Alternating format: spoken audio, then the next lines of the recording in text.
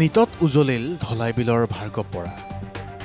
কালি ঘোষিত নিটৰ পৰীক্ষাৰ ফলাফলত ধলাইবিলৰ ভাৰ্গৱ বৰাই সফলতাৰে উত্তীৰ্ণ হৈ অঞ্চলটোলৈ গৌৰৱ কঢ়িয়াই আনিছে।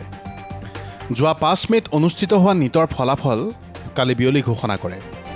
মেধাৱী ছাত্ৰগৰাকীয়ে এই পৰীক্ষাত অৱতীৰ্ণ হ'বৰ বাবে দীৰ্ঘদিন ধৰি একানপতীয়াকৈ অধ্যয়ন কৰাৰ লগতে তেজপুৰস্থিত ফটন ক্লাছেছ নামৰ প্ৰতিষ্ঠানটোত অধ্যয়ন কৰি এই পৰীক্ষাৰ বাবে নিজকে সাজু কৰি তুলিছিল।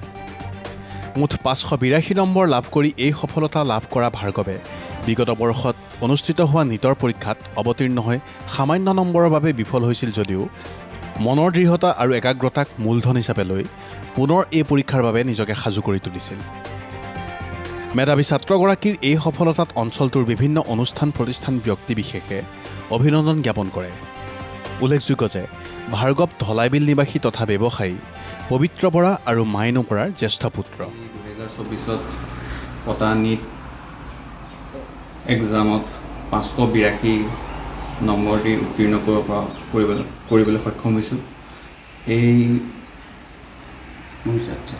মোৰ মানে এই সফলতাটোৰ মা দেউতাহঁত, তাৰপিছত মোৰ পঢ়ি অহা অনুষ্ঠান মোৰ নৱোদয়, ৰামানুজন আৰু মই তেজপুৰত কোচিং কৰা ফটন ক্লাছেছক ধন্যবাদ জ্ঞাপন কৰিব বিচাৰিছোঁ। তেখেতসকলৰ এই সহায় সহযোগিতাৰ বাবে মই আজি এই অৱস্থাত এনেকৈ উপনীত হ'ব পাৰিছোঁ। মোৰ তেনেকুৱা সপোন এটা আছিল যে মই মানে ক্লাছ 12ৰ পিছত মানে মেডিকেল লাইনটোত মোৰ যাবলৈ সৰুৰ পৰা মোৰ মন আছিলে। তাৰপিছত মা দেউতাহঁতক মই কৈছিলোঁ যে মানে মোৰ এইদৰে মোৰ মন আছে।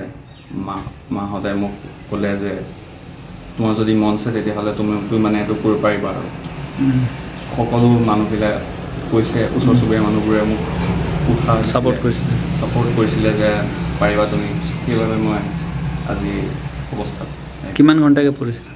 মই দিনে প্ৰায় ক্লাছ কৰি অহাৰ পিছত 4-5 ঘণ্টা পঢ়িছিলোঁ দিনে। তেনেকৈ পঢ়ি মেলি খালি কনচিষ্টেঞ্চিটো মেইনটেইন কৰিব লাগে সদায়।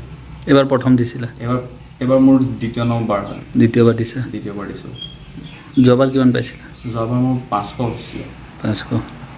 500 তাৰপিছত কাষ্টৰ কাৰণে অকণমান। ক'ত কোচিং কৰিছিলা? যোৱাবাৰ ফটন ক্লাছতে কোচিং কৰিছিলোঁ। হয়, এতিয়াও বহুত লোকে ধৰি লোৱা নিট পৰীক্ষাৰ বাবে সাজু হৈ আছে বা তেনেকুৱা কোচিং কৰি আছে, তেওঁলোকক কি আহ্বান জনাবা? তেখেতসকলক মই এইটোৱে জনাব খুজিছোঁ যে তোমালোকে যেতিয়া পঢ়া মেলা মন দি পঢ়িবা। তাৰপিছত যিবোৰ মানে ক্লাছত পঢ়াই মেলে আহি মেলি ভালকৈ এপাক চাবাহি, তেনেকৈ পঢ়িবা। খালি কনচিষ্টেঞ্চিটো সদায় মেইনটেইন কৰিব চাবা। তেতিয়া মানে তোমাৰ সফলতাৰ যোনটো বাটটো সেইটো মানে আৰু উজ্বলি যাব। প্ৰথমতে কেতিয়াও মানে মোৰ প্ৰথম চেষ্টাত মোৰ হোৱা নাছিলে, বিফল হৈছিলোঁ মই। সেইবাবে মই হাৰ মানি যোৱা নাছিলোঁ। মই বহুত অহাবাৰ মই মানে মনটো গোটালোঁ যে মই মানে আৰু এবাৰ দি চাম। সেইবাবে মানে অধিক কষ্ট কৰিলোঁ আৰু তাতকৈ। জামুগুৰিহাটৰ পৰা প্ৰেম Tiwari report, Mahajati into 24 live. বৰ্ণ টু ফিট বিভিন্ন মানসিক প্ৰত্যাহ্বানৰ মুখামুখি হ'বলৈ অনুপ্ৰাণিত কৰিব পৰা এখন বিশেষ গ্ৰন্থ। আপোনাৰ আৰু আপোনাৰ শিশুটিৰ শাৰীৰিক আৰু মানসিক প্ৰত্যাহ্বানৰ শক্তিশালীভাৱে মুখামুখি হ'বলৈ আজিয়ে ক্ৰয় কৰক বৰ্ণ টু ফিট। এমাজনতো উপলব্ধ।